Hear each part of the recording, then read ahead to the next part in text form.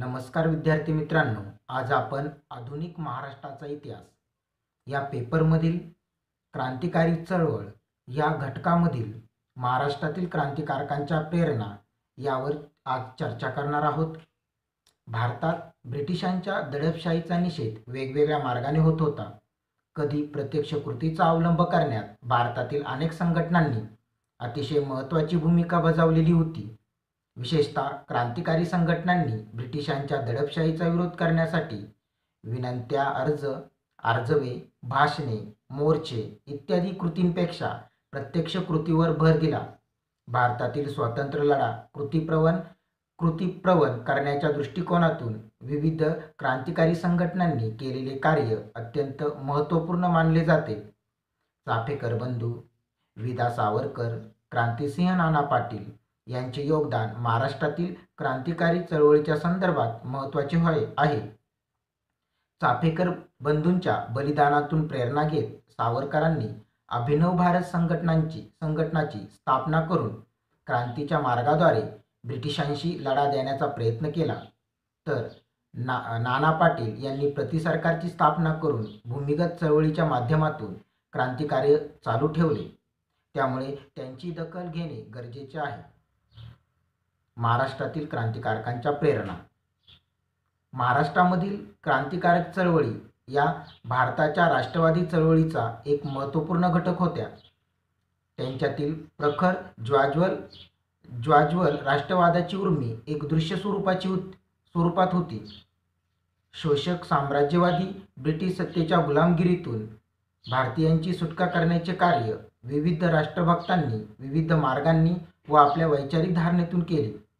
क्रांतिकारकांच्या दृष्टीने राष्ट्र ही माता होती.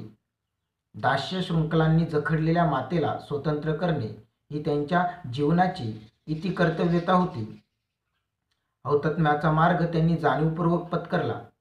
ब्रिटिशांवर दहशत बसवण्यासाठी जुलमी ब्रिटिश अधिकाऱ्यांचे खून करणे, रेल्वे मार्ग उखडणे, सरकारी तिजोऱ्यांवर दरोडे घालणे असे मार्ग क्रांतिकारकांनी अवलंबले.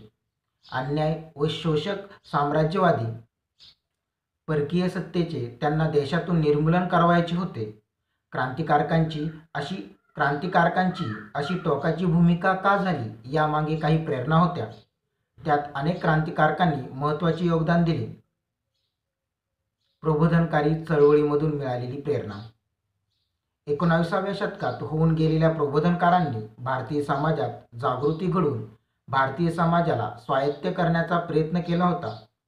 भारतीय संस्कृतीवर पाश्चात्यांचे होणारे आक्रमण परतवून लावण्यासाठी प्रबोधनकारांनी भारतीय संस्कृती, धर्म व सामाजिक नीतिमूल्यांचे महत्त्व प्रस्थापित करण्याच्या हेतूने जाणीवपूर्वक प्रयत्न केले होते. दयानंद सरस्वती यांच्या आर्य समाजाने वेद व उपनिषदांचे महत्त्व प्रतिपादित केले, तर स्वामी विवेकानंद यांनी रामकृष्ण मिशनच्या माध्यमातून हिंदू धर्म व तत्त्वज्ञानाला मान्यता मिळवून दिली होती. विशेषतः भगवद्गीतेमधील ज्ञानाचा व कर्मयोगाचा उपदेश तरुणांमध्ये पेरून त्यांनी क्रांतीला उधाण आणण्याचे प्रयत्न केले. या तरुणांमध्ये स्थितप्रज्ञ राहून भारत मातेसाठी शहीद होणे स्वाभिमानाचे वाटू लागले. भगवद्गीता हे त्यांचे प्रेरणास्थान बनले. 1857च्या क्रांतिकारी उठावाची प्रेरणा. 1857च्या उठावाने ब्रिटिशांना हाकलून लावण्याचा भारतीयांचा प्रयत्न जरी फसला असला तरी त्यातून नव्या पिढीला बऱ्याचशा प्रेरणा मिळाल्या होत्या.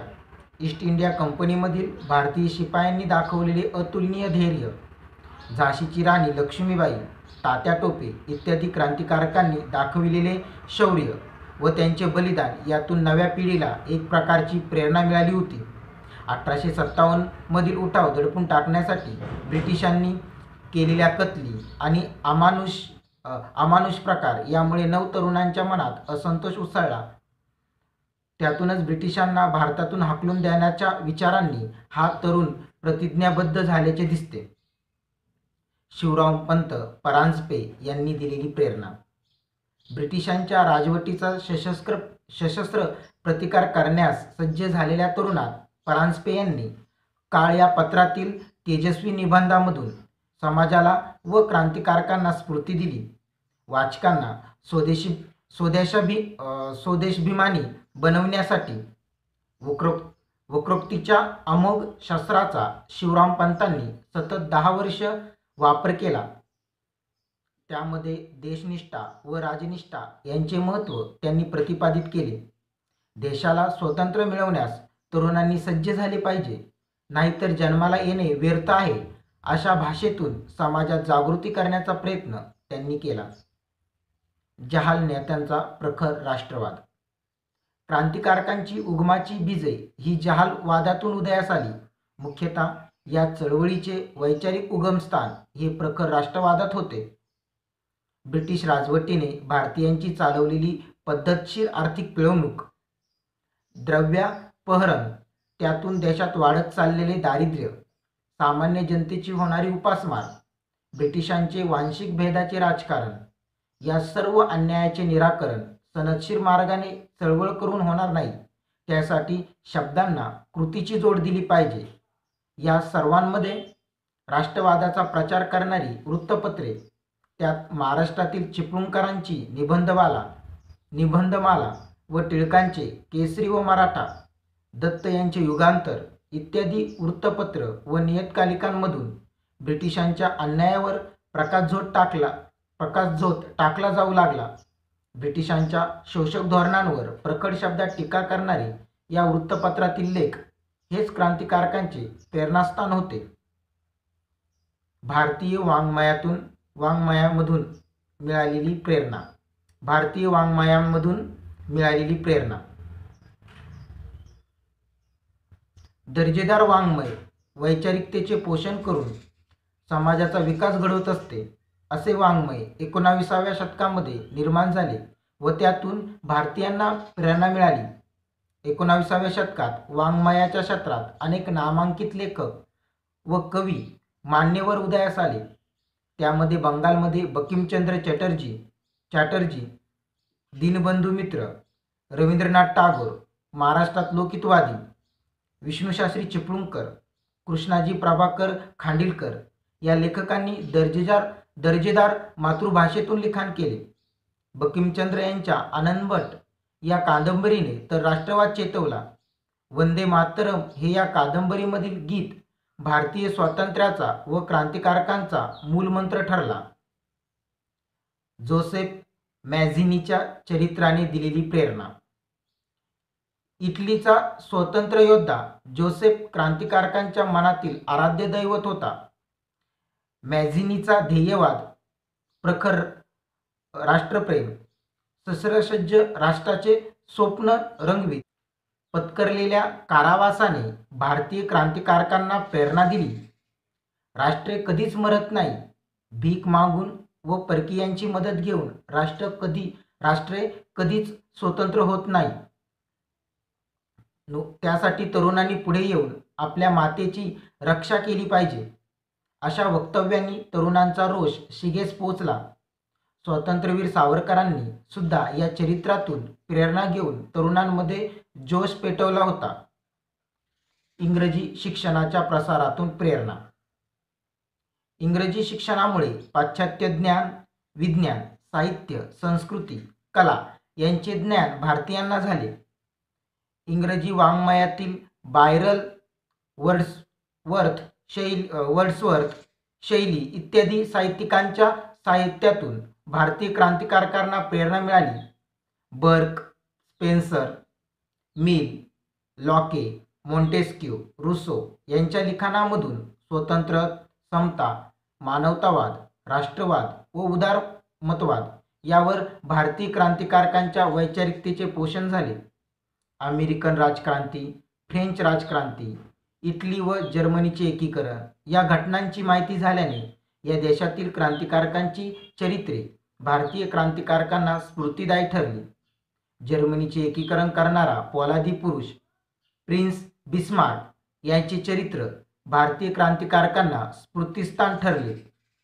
थोडक्यात, पाश्चात्य शिक्षणाच्या प्रसारामुळे देशातील स्वतंत्र लढे व क्रांतिकारकांच्या कार्याचा भारतीय क्रांतिकारकांना परिचय झाला. व त्यापासून त्यांना प्रेरणा व स्फूर्ती मिळाली. कीचकवध या नाटकाने दिलेली प्रेरणा. 1907 साली रंगभूमीवर आलेल्या कीचकवध या नाटकाने क्रांतिकारकांना प्रेरणा देण्याचे काम केले. 23 फेब्रुवारी 1907 रोजी महाराष्ट्र नाटक मंडळीने कृप खांडीलकरांच्या कीचकवध नाटकाचा पहिला प्रयोग पुण्यात केला. उन्मत्त अरेरावी कर्झनच्या कारभाराविरुद्ध सामान्य माणसाच्या मनात खदखदत असलेला असंतोष या नाटकातून व्यक्त होत गेला. कर्झनशाहीवरचे सरळ सरळ रूपक असलेले हे नाटक 1907 सालापासून 1910 पर्यंत अखेरपर्यंत गर्दी खेचत होते. या नाटकाने संपूर्ण महाराष्ट्र ढवळून निघाला. तात्पर्य खांडीलकरांच्या कीचकवध नाटकाने महाराष्ट्रीयन क्रांतिकारकांना तात्पर्य म्हणजे खांडीलकरांच्या कीचकवध नाटक महाराष्ट्रीयन क्रांतिकारकांना प्रेरणा देणारे ठरले. लोकमान्य टिळकांचा प्रखर राष्ट्रवाद. महाराष्ट्रामध्ये लोकमान्य टिळकांनी केसरी व मराठा वृत्तपत्रांमधून इंग्रजी सत्तेवर आगपाखड केली. त्यातून अनेक तरुणांनी त्यांचा आदर्श घेऊन भारत मातेसाठी लढण्यास सज्ज झाले. त्यांनी सरकारवर टीका करत स्वराज्य हा माझा जन्मसिद्ध हक्क बनला पाहिजे, त्यासाठी तरुणांनी भारत मातेसाठी रक्ताच्या सिंचनातून राष्ट्रवादाचे पोषण केले पाहिजे असा जहालवाद त्यांनी मांडला. स्वातंत्र्यवीर सावरकरांना त्यांच्या या वक्तृत्वामधून प्रेरणा मिळाली. इंग्रजी राजवटीविरुद्ध सामान्य जनतेत चीड व असंतोष निर्माण करण्याचे काम क्रांतिकारकांनी केले. सामान्य जनतेच्या असंतोषाला वाचा फोडीत होते आणि ते म्हणूनच त्यांच्या बलिदानाची कदर सामान्य माणसाला होती. स्वतंत्र आंदोलनातील क्रांतिकारकांचे योगदान मौलिक स्वरूपाचे होते. क्रांतिकारकांच्या बलिदानामुळे, शौर्यामुळे, साहसामुळे व त्यांनी सोसलेल्या दीर्घ मुदतीच्या कारावासामुळे अनेक तरुणांना प्रेरणा मिळाली, तसेच राजकीय चळवळीला हातभार लागला. अशा प्रकारे आपण महाराष्ट्रातील क्रांतिकारकांच्या प्रेरणा बघितली. आता आपण क्रांतिकारकांचे योगदान याविषयी माहिती बघूया. क्रांतिकारी तरुण हे राष्ट्रवादाचे कट्टर पुरस्कर्ते होते. परकीयांच्या गुलामगिरीत राहून जीवन जगण्यापेक्षा या तरुणांना मातृभूमीच्या रक्षणासाठी मरण पत्करणे प्रिय वाटत होते. मायभूमीच्या रक्षणासाठी बलिदान दिल्याशिवाय देशाला स्वातंत्र्य मिळणार नाही अशी क्रांतिकारकांची धारणा होती. देशात अराजकता निर्माण करण्याचे क्रांतिकारकांचे ध्येय नसून देशाला स्वातंत्र्य मिळवून देणे हे त्यांचे अंतिम ध्येय होते. मुठभर ब्रिटिश अधिकाऱ्यांच्या हत्येने देशाला स्वातंत्र्य मिळणार नाही हे ते जाणून होते. परंतु अशा कृत्यामुळे लोकमत जागृत होईल आणि भारतीय समाज क्रियाशील बनेल असे त्यांना वाटत होते. ब्रिटिशांवर दहशत बसवण्यासाठी जुलमी ब्रिटिश अधिकाऱ्यांचे खून करणे, रेल्वे मार्ग उखडणे, सरकारी इमारतींचा विध्वंस करणे व सरकारी तिजोरींवर दरोडे घालणे, शस्त्रे मिळवणे असे मार्ग या क्रांतिकारकांनी अवलंबले. वासुदेव बळवंत फडके. वासुदेव बळवंत फडके यांना आद्य क्रांतिकारक म्हणून संबोधले जाते. सन 1857च्या ऐतिहासिक उठावानंतर हिंदुस्थानात इंग्रजी सत्तेला कोणतेही आव्हान उरले नाही.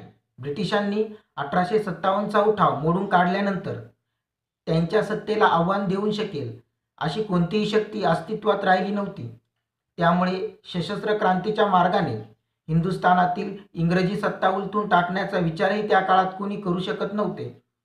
मात्र अशा प्रतिकूल परिस्थितीत ब्रिटिश राजकर्त्यांच्या जुलूम जबरदस्तीच्या व अन्यायाच्या विरोधात आवाज उठवण्याचे कार्य वासुदेव बळवंत फडके यांनी केले.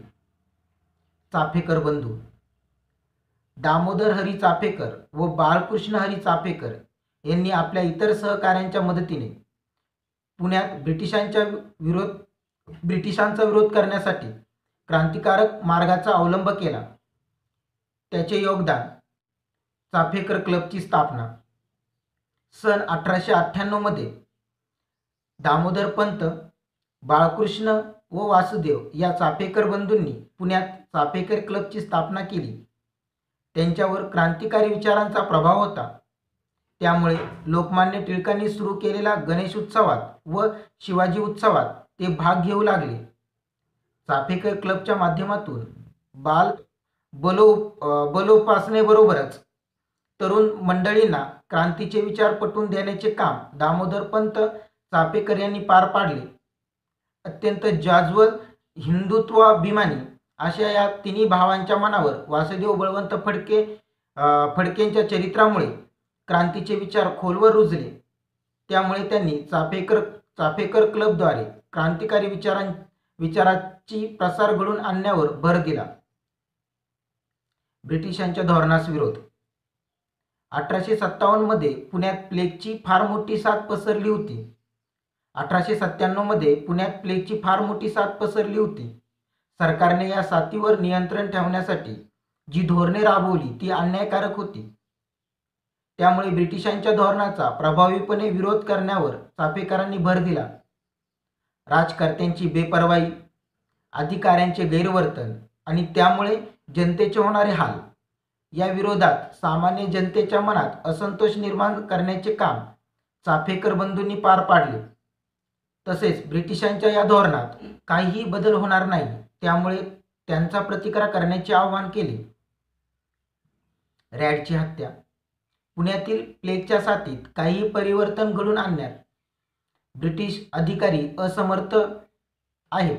त्यामुळे प्लेग कमिशनर रॅड यास सर्व परिस्थितीसाठी जबाबदार धरून चाफेकर बंधूंनी त्याच्या हत्येचा कट रचला.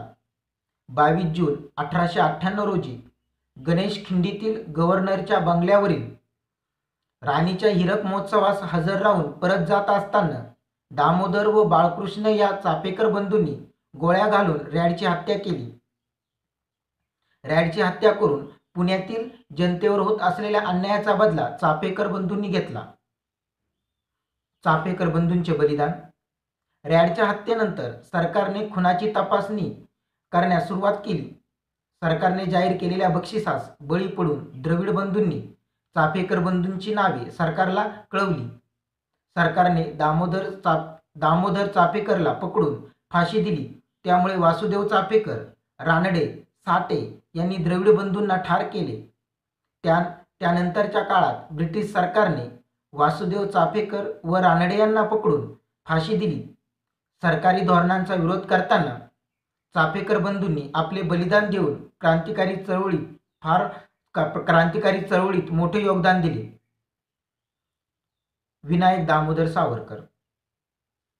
नोव्हेंबर 1899 मध्ये सावरकर, राजबापू म्हसकर, रावजी कृष्णा या तिघांनी नाशिकमध्ये राष्ट्रभक्त समूह ही गुप्त मंडळी स्थापन केली. 1 जानेवारी 1900 रोजी स्थापन झालेल्या मित्रमेळा हे त्या गुप्त मंडळीचे प्रकट रूप होते. याच संस्थेतून निर्भय व धाडसी राष्ट्रभक्त तरुणांची निवड करून 1904 मध्ये अभिनव भारत या क्रांतिकारी संघटनेची स्थापना करण्यात आली. सेनापती बापट. पांडुरंग महादेव बापट उर्फ सेनापती बापट हे मुंबई विद्यापीठाच्या मंगळदास नथुबाई टेक्निकल स्कॉलरशिप तर्फे इंग्लंडला मेकॅनिकल इंजिनिअरिंगचे शिक्षण घेण्यासाठी गेले असता त्यांची भेट क्रांतिकारकांना मदत करणाऱ्या श्यामजी कृष्ण वर्मा यांच्याशी झाल्याने ते क्रांतिकार्याकडे खेचले गेले. इंग्लंडमध्ये त्यांनी आपल्या भाषणातून त्यांची इंग्रज राजवटीचे सत्य स्वरूप उघड केल्याने त्यांची शिष्यवृत्ती बंद करण्यात आली. त्यामुळे ते इंडिया हाऊसमध्ये राहायला गेले. तेथेच सावरकर, मदनलाल धिंगरा यांचा सहवास लाभला.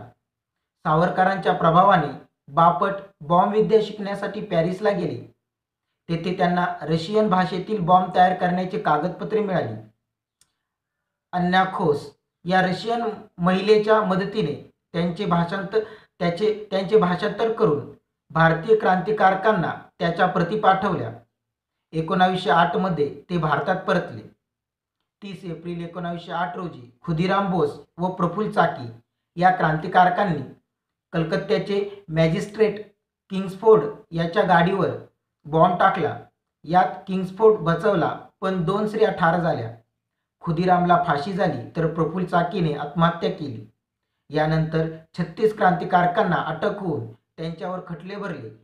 हे माणिकतोळा प्रकरण खूप गाजले.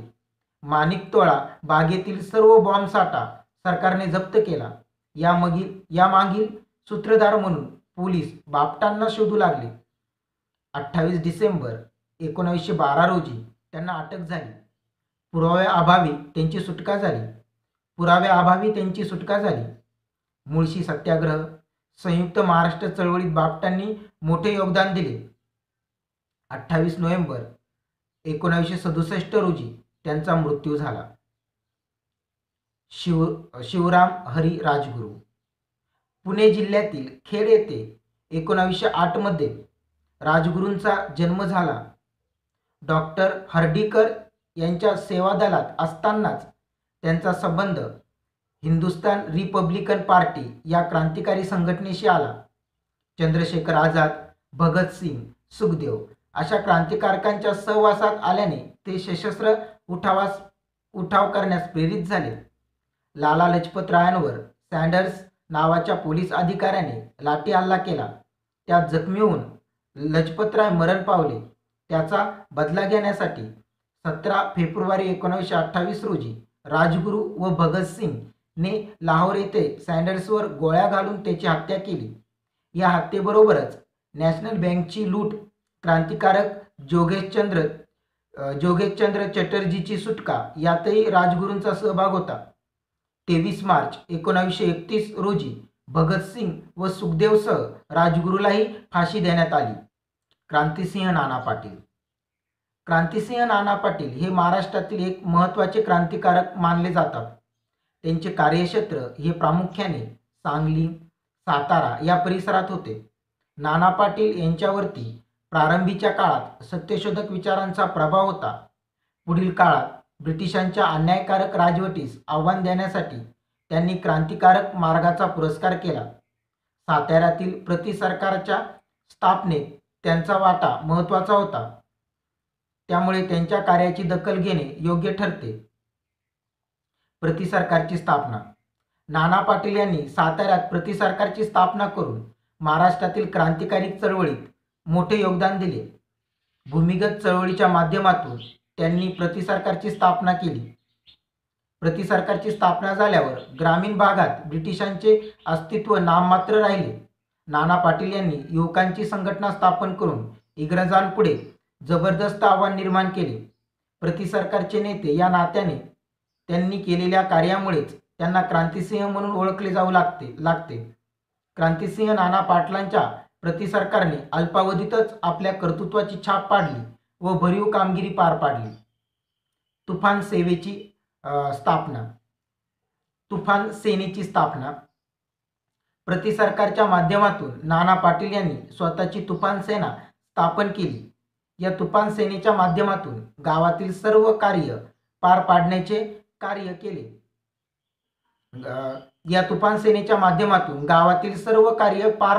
कार्य केले. ब्रिटिशांच्या विरोधाचा सशस्त्र प्रतिकार केला. त्याचप्रमाणे समाजकंटकांचा देखील बंदोबस्त केला. लोक न्यायालयाची स्थापना करून त्यास प्रोत्साहन दिले. त्यामुळे ग्रामीण भागात महत्त्वाचे परिवर्तन घडून आले. अशा प्रकारे विद्यार्थी मित्रांनो, आज आपण महाराष्ट्रातील क्रांतिकारकांच्या प्रेरणा तसेच क्रांतिकारकांचे योगदान याविषयी माहिती बघितली. धन्यवाद.